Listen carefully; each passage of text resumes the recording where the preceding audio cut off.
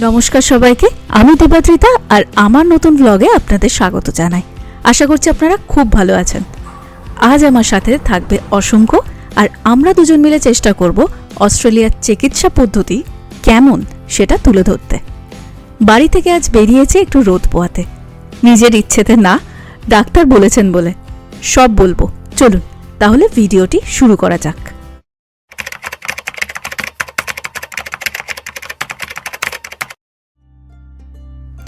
একটা নতুন দেশে আসার আগে সেই দেশের সম্পর্কে কিছু তথ্য নিয়ে রাখতেই হয়, এবং তার মধ্যে একটা গুরুত্বপূর্ণ দিক হলো সেই দেশের চিকিৎসা ব্যবস্থা।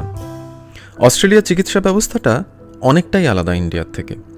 পুরো ভিডিওটিতে আমাদের সাথে থাকুন, আমাদের ব্যক্তিগত অভিজ্ঞতা থেকে তুলে ধরার চেষ্টা করেছি। মূলত তিনটে বিষয় জেনে নিলেই কিছুটা আন্দাজ পেয়ে যাবেন অস্ট্রেলিয়া থেকে ইন্ডিয়ার চিকিৎসা ব্যবস্থা কতটা আলাদা। প্রথমত, খরচা কেমন, দ্বিতীয়ত ডাক্তার কেমন, আর শেষে এদেশে ওষুধ কিভাবে পাওয়া যায়।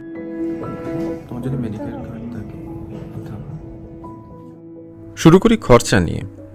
পেট খারাপ, সর্দি কাশির ডাক্তার দেখাতে হলে ইন্ডিয়াতে কোনো রকম ইন্স্যুরেন্স লাগে না, তাই না? কিন্তু অস্ট্রেলিয়াতে চিকিৎসা ব্যবস্থাটা এতটাই খরচা সাপেক্ষ যে আমাদের এই জ্বর সর্দি কাশির জন্য ডাক্তার দেখাতে গেলেও ইন্স্যুরেন্স ক্লেম করতেই হয়। এদেশে প্রায় 100% মানুষের কাছেই মেডিকেল ইন্স্যুরেন্স থাকতে হয়, ও তারা মেডিকেল ইন্স্যুরেন্স ক্লেমও করেন, যেটা ইন্ডিয়াতে একটু রেয়ার। তথাকথিত বিশ্বের উন্নত দেশগুলোর সাথে আমাদের দেশের প্রাথমিক পার্থক্য হল খরচা বা এক্সপেন্স। আমেরিকা বা ইউরোপের অন্যান্য উন্নত দেশগুলোর চিকিৎসা ব্যবস্থা খুবই খরচা সাপেক্ষ হয়। অস্ট্রেলিয়াও এর কোনো ব্যতিক্রম নয়। এতটাই খরচা সাপেক্ষ এখানকার চিকিৎসা ব্যবস্থা যে এখানকার সরকার আপনাকে এদেশে প্রবেশ করতেই দেবে না যদি না আপনার কাছে একটা ভালো মেডিকেল ইন্স্যুরেন্স থাকে। আবার অস্ট্রেলিয়াতে পার্মানেন্ট রেসিডেন্ট হয়ে গেলে আপনি মেডিকেয়ারের সুবিধা পাবেন। মেডিকেয়ারটা কি?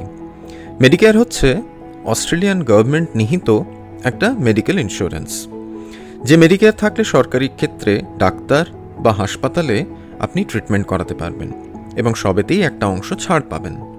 কোনো রকম ব্লাড টেস্ট করালেও 100% ছাড় থাকে।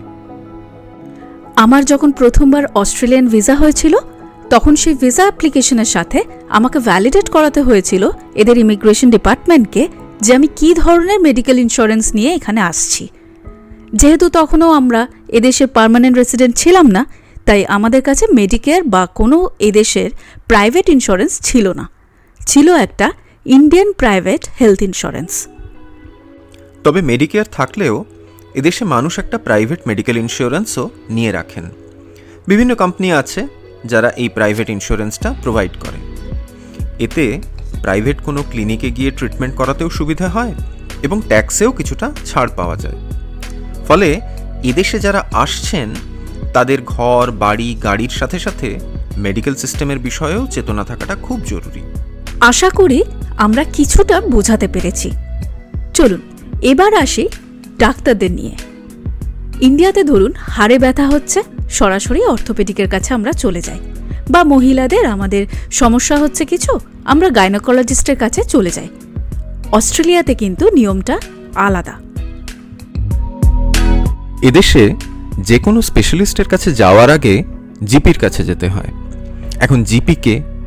জিপি হচ্ছেন জেনারেল প্র্যাকটিশনার, বা যাকে আমরা বলি ফ্যামিলি ডক্টর। জিপি কিছুটা জেনারেল মেডিসিনের চিকিৎসক বলতে পারেন। উনি প্রাথমিক চিকিৎসা করেন, রোগ ডায়াগনোসিস করেন, রোগীর কোনো ব্লাড টেস্ট বা অন্য কোনো টেস্ট প্রয়োজন থাকলে সেটাও জিপি রেফার করেন। সেই অনুযায়ী জিপি ওষুধও দেন।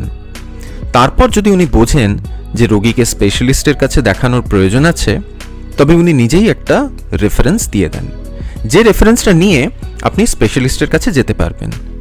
শুনেছি স্পেশালিস্টের কাছে যেতে হলেও অনেক সময় অনেক দিন ওয়েট করতে হয়। বাই গডস গ্রেস যেহেতু স্পেশালিস্টের কাছে আমাদের যেতে হয়নি, তাই এই সম্পর্কে কোনো তথ্য আমরা দিচ্ছি না। শুধুমাত্র কিছু ক্ষেত্রে, যেমন দাঁতের ডাক্তার বা চোখের ডাক্তারের সঙ্গে সরাসরি যোগাযোগ করতে পারি, তখন জিপির রেফারেলের প্রয়োজন হয় না। একটা ক্লিনিকে একাধিক জিপি থাকেন, অবশ্যই একটা নির্দিষ্ট সময় পর্যন্ত। আপনাকে যে কোনো একটা ক্লিনিকের অনলাইন থেকে জিপির লিস্ট দেখে যে কোনো একজন ডাক্তারের অ্যাপয়েন্টমেন্ট বুক করতে হবে।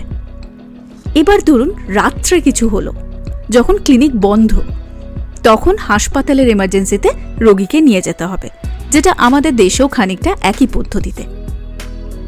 এবার আসি ফাইনাল টপিকে, ওষুধ কিভাবে পাওয়া যায়। চলুন দেখে নিই তাহলে ওষুধ কিভাবে পাওয়া যায় অস্ট্রেলিয়াতে। প্রথমেই বলি, এখানে খুব কম ওষুধেই চিকিৎসা করার প্র্যাকটিস আছে।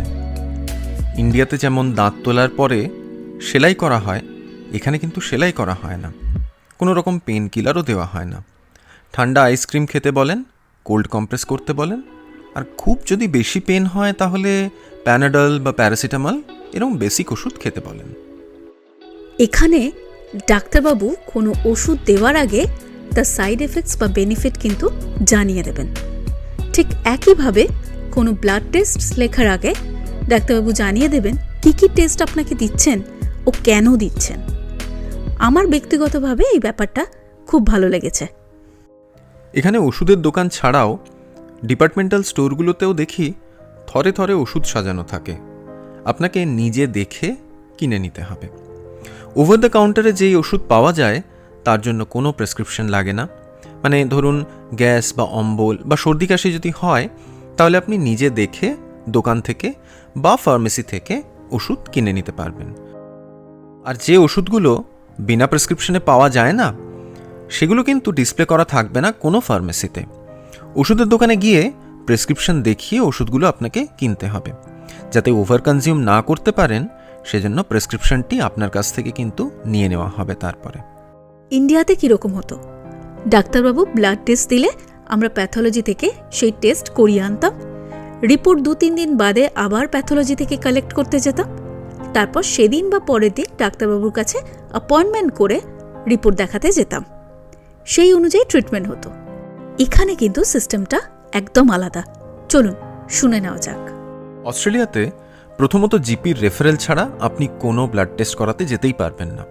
সেই রেফারেল দেখে ব্লাড টেস্ট হয়ে গেলে রিপোর্টটা সরাসরি সেই স্পেসিফিক ডক্টরের কাছে পাঠিয়ে দেওয়া হয়। রিপোর্ট দেখে যদি ডক্টর মনে করেন কোনো ফার্দার ট্রিটমেন্টের দরকার আছে, তখন ক্লিনিক থেকেই রোগীকে কল বা মেসেজ পাঠানো হয় ডাক্তারবাবুর সাথে ফার্দার অ্যাপয়েন্টমেন্ট নেওয়ার জন্য। এবার বলি কেন রোদ পোয়াতে বেরিয়েছিলাম। ইন্ডিয়া থেকে এদেশে এসে মানুষজনের খুব কমন একটা অসুখ হয়ে থাকে। অসুখ বলবো কিনা জানি না, সেটা হচ্ছে ভিটামিন ডি ডেফিসিয়েন্সি। আমারও হলো। এদেশের নিয়ম মাফিক জিপির কাছে গেছিলাম, উনি টেস্ট দিলেন এবং রিপোর্ট দেখে আমাকে খুব হাই ডোজের ভিটামিন ডি খেতে বললেন এবং সঙ্গে সূর্যদেবের আশীর্বাদও একটু গায়ে লাগাতে বললেন। আজকের ভিডিওতে যা তথ্য দিলাম সবকিছু আমাদের সাথে হওয়া অভিজ্ঞতা থেকে। হতে পারে আপনাদের সঙ্গে মেলেনি বা কিছুটা হয়তো মিলেছে। আপনাদের খারাপ ভালো কোনো অভিজ্ঞতা থাকলে জানাবেন, তাতে হয়তো মানুষের সুবিধেই হবে। আপনাদের সঙ্গে আবার দেখা হবে খুব শিগগিরই। ফিরে আসবো একটা নতুন অভিজ্ঞতার সাথে। টিল দেন ভালো থাকবেন, ভালো রাখবেন, আর চলি টাটা।